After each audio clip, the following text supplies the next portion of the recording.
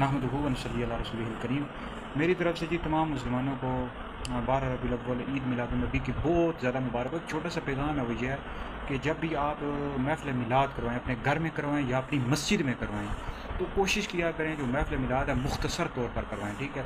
कई लोग हैं बहुत ज़्यादा लंबी तवील महफ़िल करवाते हैं, जिसकी वजह से कई लोगों की रात को महफ़िल करवाते हैं, फजर की नमाज़ ज़ाया हो जाती है। तो कोशिश करें। और दूसरी बात यह है कि मोहल्ले में करवाएं तो जो माइक है इसकी आवाज़ थोड़ी स्लो रखें, कम रखें।